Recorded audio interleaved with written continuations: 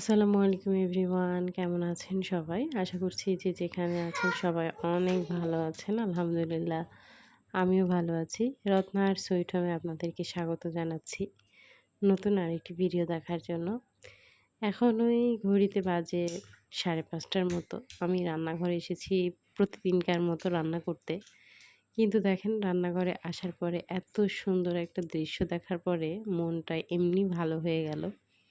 মানে রান্নাঘরে আসার পরে আকাশের দিকে একটু তাকিয়েছিলাম আর দেখলাম কি সুন্দর যে চাঁদ উঁকি দিচ্ছে আমার দিকে। আলহামদুলিল্লাহ, আলহামদুলিল্লাহ।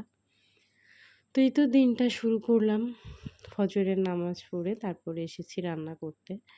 তো আমাদের বাসায় আসলে কত বছর যে এই পাঙ্গাস মাছটা আনে না আপনাদের ভাইয়া, মানে পাঙ্গাস মাছ ওইভাবে খাই না তো আমি, এজন্য আনা হয় না। কিন্তু সে আবার কি মনে করে যে পাঙ্গাস মাছ নিয়ে এসেছে আমি জানি না। তো যাই হোক, সে রাত্রে বলে রেখেছিল যে হচ্ছে পাঙ্গাস মাছ ভুনা করে দিতে। তো এইজন্য হচ্ছে এদিকে পাঙ্গাস মাছ ভুনা করলাম আর টমেটো রান্না করেছি। এই তো সিম্পল রান্না-বান্না আরকি। পাঙ্গাস মাছ ভাজতে গেলে বরাবরই আসলে পাঙ্গাস মাছের যে তেলটা, এটা যে কি পরিমাণে তেল হয় দেখেন কতটা তেল বের হয়েছে। তো আমি কিছুটা তেল হচ্ছে উঠিয়ে রাখবো, বেগুন ভাজি করব ওইটার জন্য এটা দিয়ে ভাজি করে ফেলবো আরকি। না হলে এত তেল তরকারিতে খাইতে আসলে ভালো লাগে না। মনে হয় যে একটু কম তেল হলে ভালো হয়। আর আমরা এমনিতেও একটু কম তেলই খাওয়ার চেষ্টা করি। বেশি তেল, বেশি মসলা আসলে খাওয়া শরীরের জন্য আসলে ঠিক না। তো এদিকেই তো সমস্ত মশলা তো দেখলেন আমি বাটাবাটি করে নিয়েছি, মশলা বেটে তারপরে হচ্ছে একটু একটু কষিয়ে তারপরে মাছটা দিয়ে দিব আর কি। তো আমার কাছে বরাবরই আসলে ওই যে একই কথা বারবার বলতে হয়, আমার কাছে বাটা মশলাটাই আসলে বেশি ভালো লাগে। আমি ব্লেন্ডারের মশলাটা ওইভাবে আমার কাছে ভালো লাগে না কেন জানি। তো এই তো তারপরে তো মশলাটার মধ্যে হচ্ছে হলুদের গুঁড়া, লবণ, তারপরে হচ্ছে ঝালের গুঁড়া দিয়ে একটু কষিয়ে নিচ্ছি। তারপরে তো মাছটা দিয়ে দিব। প্রথমে ভেবেছিলাম বাবুর জন্য ১ পিস মাছ উঠিয়ে রাখবো, কিন্তু মনে ছিল না। পরে মাছ ভুনা করার পরে যে মনে হচ্ছে যে আল্লাহ, আমার ছেলের জন্য যে ১ পিসও মাছ উঠিয়ে রাখলাম না। তো যাই হোক, আগামী দিন মানে আগামীকালকে আবার যখন রান্না করব তখন ওর জন্য উঠিয়ে রাখবো। আর এদিকে হচ্ছে যে ইলিশ মাছের কান দিয়ে হচ্ছে টমেটো চচ্চড়ি করছি আর কি। এদিকে ভাতটাও বসিয়ে দিলাম, যেহেতু হচ্ছে আপনাদের ভাইয়া 7:30টার মধ্যে বাসা থেকে বের হয়, সেজন্য আসলে একটু সকাল সকালই উঠতে হয়। অন্যান্য দিন আমি 4টার দিকে উঠি, কিন্তু আসলে আজকে বেশি একটা রান্নাবান্নার চাপ নেই, এজন্য একটু দেরি করে উঠেছি আর কি। এদিকে রান্না শেষ, তারপরে হচ্ছে যে আমার বিজনেসের খাবার-দাবার, মানে হচ্ছে এগুলো আপনাদের ভাইয়া আসলে ওর স্কুলে নিয়ে যায়। তো ওর স্কুলের বাচ্চারা আসলে এই খাবারগুলো খায়। মানে আগের থেকে বলে দেয় যে আগামীকালকে কী খাবে। সেই অনুযায়ী হচ্ছে আমি খাবার তৈরি করে আপনাদের ভাইয়ের কাছে দিই। ও স্কুলে নিয়ে যেয়ে এগুলো সেল করে। তো সিঙ্গারাটা আসলে হচ্ছে প্রতিদিনই দিই, দেওয়ার চেষ্টা করি। ওই যে আগের দিন রাত্রে বানিয়ে রাখি, আজকে পরের দিন সকাল হচ্ছে ভাজি করে দিই। আর এই তো এদিকে হচ্ছে আলুটা আমি আলুর দম রান্না করতেছি। বাচ্চারা হচ্ছে আলুর দম খাইতে বেশি পছন্দ করে। তো ওরা বলেছিল আলুর দম খাবে, এজন্য হচ্ছে আলুর দমটাও রান্না করে নিচ্ছে। এদিকে আলুটা আমি আগে থেকে সিদ্ধ করে রেখেছিলাম। তারপরে সমস্ত মশলা একটু কষিয়ে তারপরে হচ্ছে ওটার মধ্যে আলু দিয়ে দিয়েছি। আর এই তো ওইদিকে আলুটা হতে থাক, আর এদিকে হচ্ছে আমি সিঙ্গারাটা ভেজে নিই। তো আজকে আসলে কি একটু সিঙ্গারা কম দিয়েছিলাম, মানে অন্যান্য দিন 50 পিস 40 পিস করে দিই।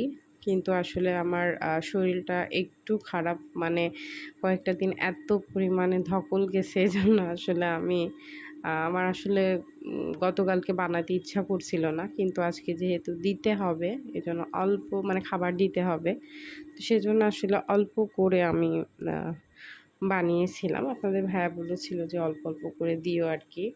তো এই জন্য আসলে 20 পিস সিঙ্গারা দিয়েছিলাম। তো আলহামদুলিল্লাহ 20 পিস সিঙ্গারা কিন্তু বিক্রিও হয়ে গিয়েছিল আপনাদের দোয়ায়।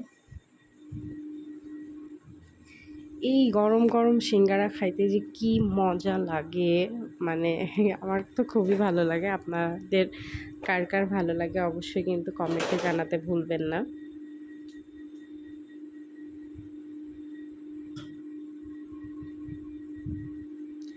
চলেন একে একে সব সিঙ্গারাগুলো ভেজে তারপরে হচ্ছে পুরি ভাজবো। পুরিগুলাও হচ্ছে আমি আগের দিন রাত্রে, মানে গতকালকে রাত্রে এগুলো বানিয়ে রেখেছিলাম। এই পুরিগুলা সব হচ্ছে আপনাদের ভাইয়া বানিয়েছে। আমি সমস্ত কিছু রেডি করে দিয়েছিলাম। ও জাস্ট হচ্ছে এগুলা বেলেছে।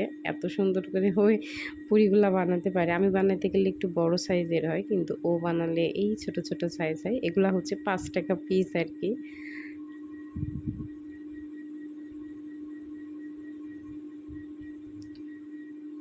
পুরিগুলা দেখেন কি সুন্দর যে ফুলেছিল, মাশাআল্লাহ। আমার কাছে কিন্তু পুরিও খাইতে খুব মজা লাগে, মানে পুরি সিঙ্গারা এগুলো কিন্তু খুবই ভালো লাগে।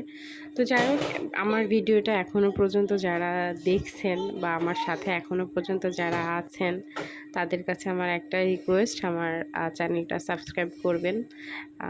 আমাকে সামনে এগিয়ে যাওয়ার জন্য একটু সাহায্য করবেন আর কি। আপনাদের ভালোবাসায়, আপনাদের দোয়াতে ইনশাল্লাহ আমি আমার লক্ষ্যে পৌঁছাতে পারবো।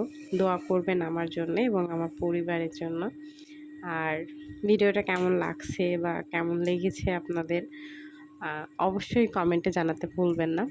আর আমি চেষ্টা করব নিয়মিত আমার ডেইলি ব্লগ দেওয়ার জন্য। আসলে কি, সারাদিন এত পরিমাণে ব্যস্ত থাকি, তো তারপরেও চেষ্টা করি, কিন্তু মাঝে মাঝে আসলে শরীরটা একদম পেরে দেয় না, মনেই ইচ্ছা করে না যে কোনো কাজ করি, কিন্তু তারপরেও তো সংসার জীবন এরকমই, হয়তো বা কাজ করতে হয়। রান্না করতে করতে এদিকে হচ্ছে যে আমার মেয়ের আরবি টিচার এসেছিল, তো তার জন্য আসলে একটু নাস্তা গুছাচ্ছিলাম। এখন আর কি, মানে আমাদের বাসায় এখন কেউ আসলে সিঙ্গারাটাই হচ্ছে বেশি যায় নাস্তার প্লেটে বা আ নাস্তায়। তো কি আর করা বলেন? এখন পুরা বাসাময় তো আসলে সিঙ্গারা, এইজন্য হচ্ছে যেই আসে তাকেই আসলে সিঙ্গারা খেতে দিই। তো যাই হোক, ওদিকে হচ্ছে হুজুরের নাস্তাটা আমি দিয়ে এসেছি। আর এদিকে হচ্ছে আপনাদের ভাইয়ার দুপুরের খাবারটা আমি গুছিয়ে নিচ্ছি। আ যেহেতু হচ্ছে একা হাতে সবকিছু করতে হয়। ওইদিকে পুরিটাও হচ্ছে আমার অর্ধেকের বেশি ভাজা হয়ে গিয়েছে। আর কয়েকটা পিস ছিল। তো ভাবলাম আগে হচ্ছে আপনাদের ভাইয়ার খাবারটা রেডি করে নিই। তারপরে হচ্ছে যে পুরিগুলা ভাজবো। সে আপনাদের ভাইয়া গুছাইতে, গুছাইতে ওই ৪-৫ টাও হচ্ছে ভাজা হয়ে যাবে আরকি। এজন্য হচ্ছে আগে খাবারটা গুছিয়ে নিচ্ছি। কারণ এই খাবার গুছাইতে না একটু বেশি সময় লাগে। একটু ধৈর্য নিয়ে করতে হয়। এজন্য হচ্ছে ভাবলাম আগে খাবারটাই গুছাই, পরে ওটা করব। আজকে যেহেতু আসলে অতটা তাড়া নাই। আর অল্প, অল্প খাবার দিচ্ছি। এজন্য আসলে হচ্ছে বেশি সময়ও লাগেনি। ওই যে ৫:৩০ টার দিকে রান্নাঘরে এসেছি। এসে হচ্ছে আমার ৭টার মধ্যে হচ্ছে আমার সবকিছু হয়ে গিয়েছে। মানে রান্না-বান্না, তারপরে হচ্ছে এই সিঙ্গারা, পুরি, ভাজা এগুলা। অল্প যেহেতু অল্প ছিল সবকিছু, এজন্য আসলে খুব কম সময় লেগেছে। না হলে অন্যান্য দিন আমি ওই ৪টার দিকে উঠি। উঠে আমার ৭:১০-১৫ এরকম বেজে যায় আরকি।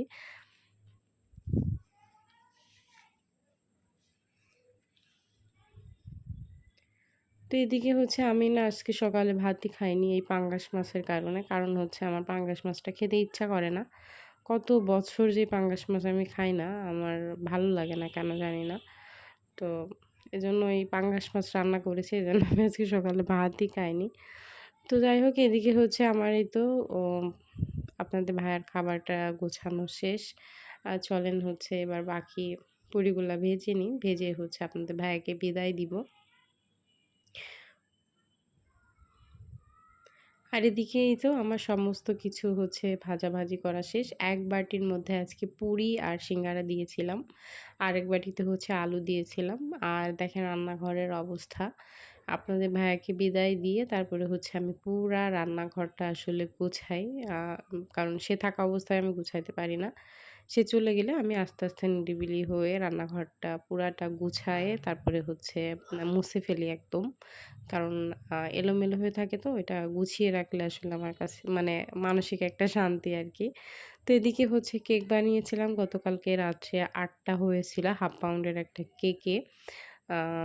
হাফ পাউন্ডের একটা কেক বানিয়েছিলাম সেটার থেকে ৮ পিস হয়েছিল এই জার কেক। তো আপনাদের ভাইয়া হচ্ছে ৩ পিস নিয়ে যাচ্ছে আর বাকি ৫ পিস থাকছে। ওটার মধ্যে আসলে বাসায় গেস্ট আসার কথা আছে। তো তাদেরকে দিব আর হচ্ছে আমার বান্ধবীর ছেলেকে একটা দিব আরকি। এজন্য হচ্ছে বাকিগুলো আমি রেখে দিয়েছি।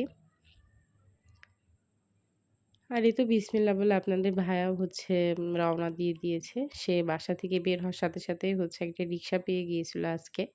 অন্যান্য দিন আসলে রিক্সা পাইতে একটু দেরি হয় বা মাঝে, মাঝে পায়। তো আজকে একদম বাসা থেকে বের হওয়ার সাথে সাথে একটা রিক্সা পেয়ে গিয়েছে আলহামদুলিল্লাহ। তো সে চলে গেল আর আমি তো একটু তাকিয়ে, তাকিয়ে তাকে দেখলাম, বিদায় জানালাম। তারপরে আমি হচ্ছে রান্নাঘর গুছিয়ে এসেছিলাম একটু ছাদে গাছগুলাতে একটু পানি দিতে আরকি।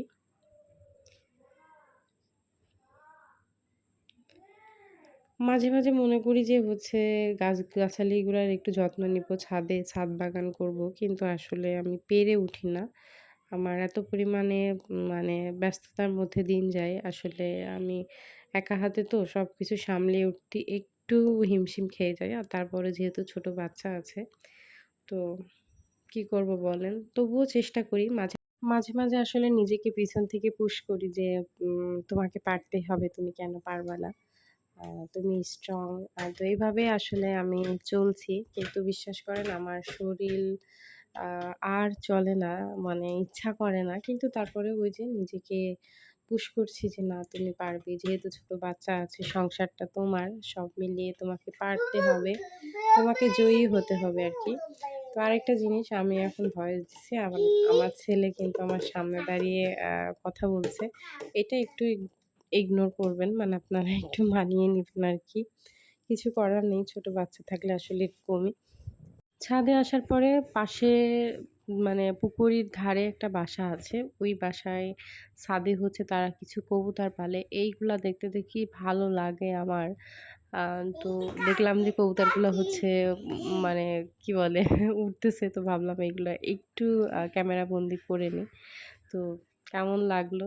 অবশ্যই কিন্তু মানে আজকের ভিডিওটা কেমন লাগলো? অবশ্যই কিন্তু কমেন্টে জানাতে ভুলবেন না। আর এদিকে হচ্ছে আমার ঢেঁড়স গাছে তো কয়েকটা দিন দেখলাম যে ঢেঁড়স হচ্ছেই না। কিন্তু দেখেন আবারও কয়েকটা ঢেঁড়স হয়েছে। আলহামদুলিল্লাহ, আলহামদুলিল্লাহ। গাছটা কিন্তু অনেক বড় হয়েছে। এত বড় হবার কারণ কি জানি না। আমার ছেলে গান গাচ্ছে এদিকে। ও যে কি বলে সারাদিন হিন্দিতে কথা বলে আরকি। ওর ভাষা বোঝার জন্য আমাকে নতুনভাবে ট্রেনিং নিতে হবে কথা বলার আরকি। তো যাই হোক, চলুন ভিডিওটাও আজকে এখানে শেষ করে দিচ্ছি। সবাই খুব ভালো থাকবেন, সুস্থ থাকবেন। দেখা হবে খুব শীঘ্রই পরের আরেকটা ব্লগে। আসসালামু আলাইকুম। আল্লাহ হাফিজ সবাইকে।